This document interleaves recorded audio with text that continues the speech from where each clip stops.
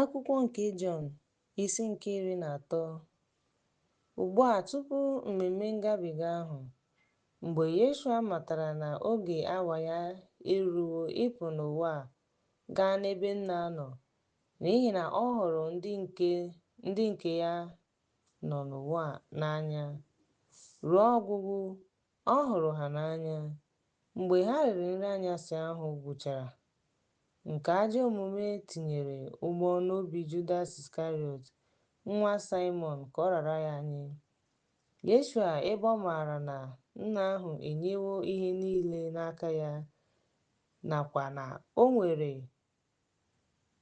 ọ pụrụ n'ebe Chineke nọ wee gakwuru Chineke, o biliri n'oriri anyasị ahụ, debe uwe ya, were akwa nhicha ahụ kee onwe ya n'ụkwụ. O wee tinye mmiri n'ime efere wee malite ịsa ụkwụ ndị na-eso ụzọ ya, jiri akwa nhicha ahụ o ji kee akwa nhicha ha. O wee bịakwute Simon Pita, onye sịrị ya, "Onyenwe anyị, ị ga-asa m ụkwụ?" Yeshua zara ya sị, "Ihe m na-eme ị maghị ugbu a, mana ị ga-ama Nna m." Pita sịrị ya, "Ị gaghị asa ụkwụ m ma ọlị." Yeshua zara ya sị, "Ọ bụrụ na mụ asaghị gị, ị gaghị enwe oke na m."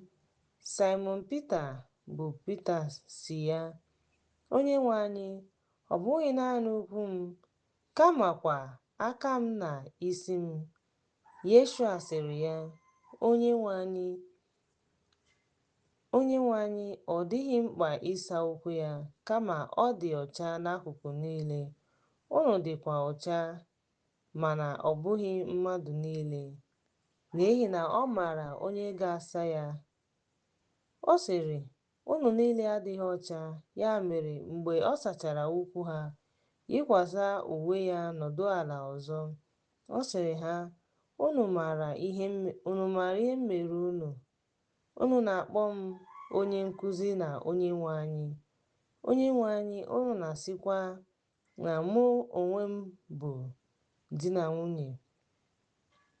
Ya mere, ọ bụrụ na m, onye nkuzi unu, saa ụkwụ unu, unu ga-asakwa ụkwụ ibe unu, n'ihi na enyewo m unu ihe atụ, ka unu wee mee dịka m mere unu.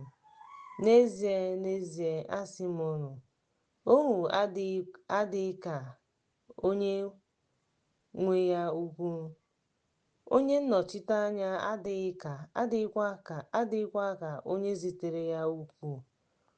Ọ bụrụ na unu maara ihe ndị a, ngọzi ga-adịrị unu ma ọ bụrụ na unu emee ha. Anaghị m ekwu maka unu niile, amaara m ndị m họpụtara, kama ọ bụ ka e wee mezuo ihe e dere n'akwụkwọ nsọ sị, onye ọbụla soro nri achịcha ga-ebuli isi ya elu megide m. Site ugbu a gaa n'ihu, m ga-agwa unu tupu ọ bịa, ka unu wee ghọta na m bụ ya. N'ezie, n'ezie, asị m unu, ọ bụrụ na m ezipụ onye ọbụla, onye nabatara ya na-anabata m, onye nabatara m na-anabatakwa onye zitere m. Mgbe Yeshua kwụsịrị ihe ndị a, Mmụọ Nsọ nyere ya nsogbu.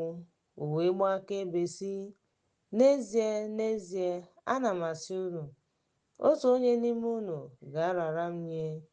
Mgbe ahụ, ndị na-eso ụzọ ya lere ibe ha anya, na-enwe obi abụọ banyere onye ọ na-ekwu maka ya.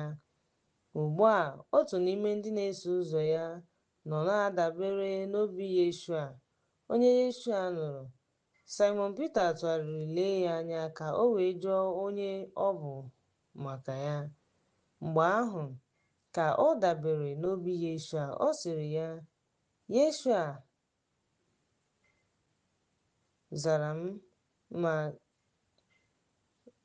zara na m ga-eme ka ọ daa. Ya na nwa Simon bụ Iscariot wee tinye ụra. Mgbe ụra gwụchara, Ekwensu nyere Judas Iscariot wee gwa ya okwu. Yeshua wee sị ya, ihe ị na-eme, mee ya ngwa ngwa.